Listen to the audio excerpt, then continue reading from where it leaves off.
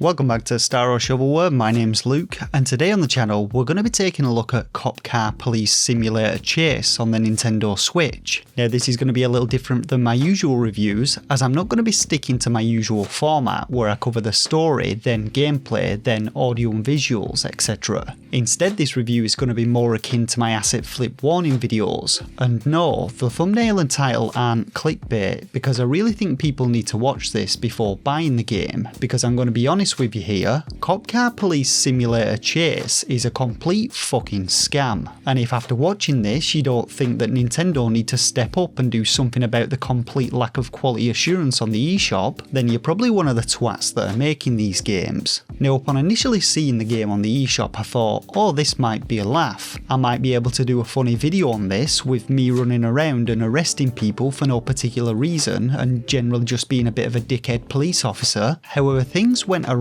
almost from the get-go, as I realised the game could only be played in handheld mode. Unperturbed, however, I figured I'd settle for a bit of a reduction in quality for a few laughs, but the game's control system and mechanics are so fucked up that I couldn't really use most of the footage, and we'll get onto the gameplay side of things shortly. But first let's take a look at why I consider this game to be a scam, and just a sorry attempt at trying to rob people of the hard-earned cash. Now if we take a look over at the eShop listing for the game, we get some pretty sweet looking in-game screenshots, which I have to be honest set the alarm bells ringing straight away, as there's no fucking way that a Switch port has ever looked this good, especially not one that's been ported from mobile, and once I actually got into the game I found that I was proved right. The in-game visuals are about 100 times shittier, the frame rate chugs arsehole 90% of the time, and the locations seen within the screenshots don't actually appear anywhere within the game. And so I set out to find out exactly what assets had been used in-game, and what assets had been actually used in the eShop screenshots.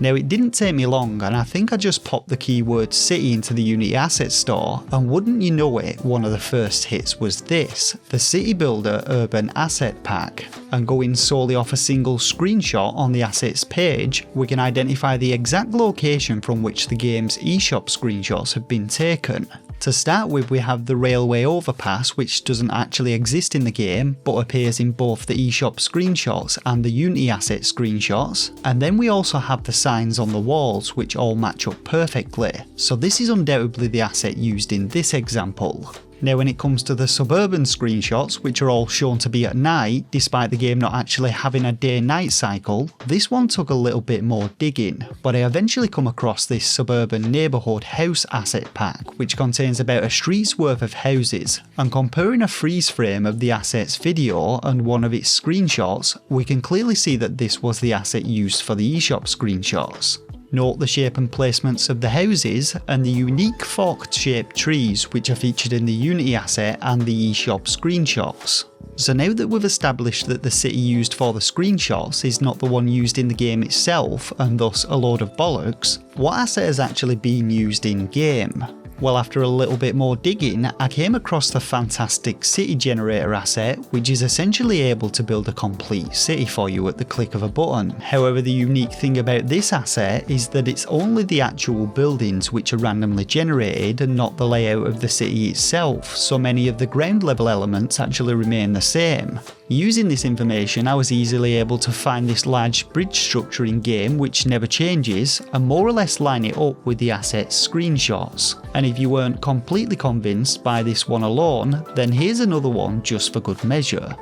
So now that we've established the eShop screenshots are blatantly lying about how the game looks, and by law this could essentially be considered to be false advertising, let's move on to the game itself. And the eShop contains a long description about what the game will have you doing, but how does this compare to the actual gameplay? Well, let's start by talking about the game's control scheme, because this is the first bag of shite that you'll actually have to contend with. Not only can the game not be played while docked, it also has you using both the controller and the touchscreen controls to perform various in-game actions. Now granted, the majority of them are to do with menuing, but even some of the simple controls like switching weapons or getting out of vehicles require to use the touchscreen. Getting into vehicles, however, is done by hitting the ZR button, while helicopters allow you to both enter and exit them with the ZR button, and there's a real lack of consistency here, as movement on foot and in the chopper uses the thumbsticks, while cars can only be driven with the D-pad. So yeah, the controls in the game are a bag of dicks.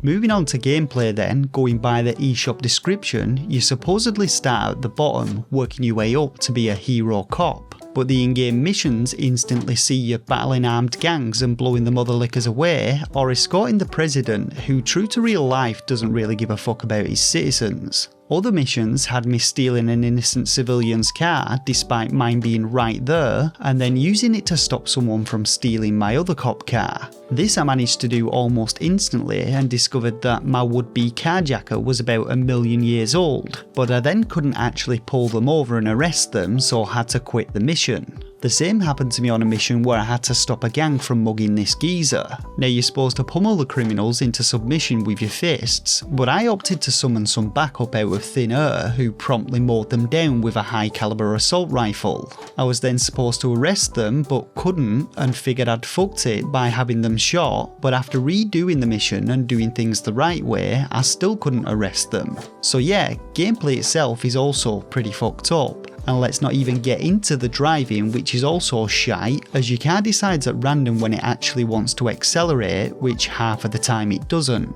Now the game does have a progression system in the form of XP and monies earned from completing missions, however things once more take a detour from the eShop description, as we find that in fact there are way more than just 3 cars to unlock, which I have to say are all extortionately priced, and on top of this you also have a bunch of different uniforms to unlock, as well as a ton of different weapons, but all of these have undoubtedly been transferred across from its cash siphoning mobile counterpart, as again all of these are ridiculously priced, and in order to actually unlock new weapons, you have to open these loot crates which have a random chance of dropping some weapon parts with which to craft them with.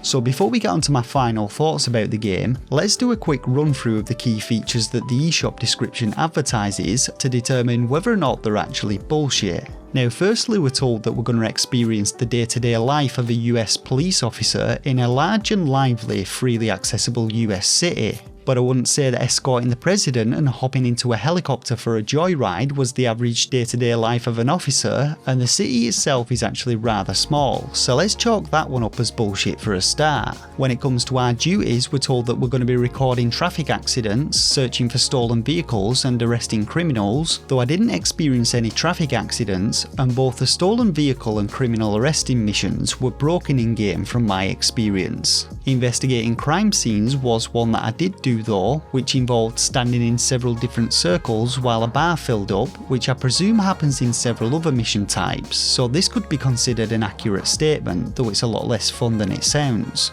The next statement regarding us getting behind the wheel of 3 realistically recreated police cars with functional cockpits and using the in-car computer is also complete bollocks. As I already said, there are more than 3 cars, and while you could consider them to be somewhat realistic, the functioning cockpit thing is bullshit, as the missions are all accepted from this map and you never actually see the inside of vehicles. Moving finally onto the statement about how crashing and damaging your car affects its handling is also somewhat true. However, regardless of whether or not you crash, the car still handles like shit. And like I said before, it accelerates when it decides it wants to, not when you want it to.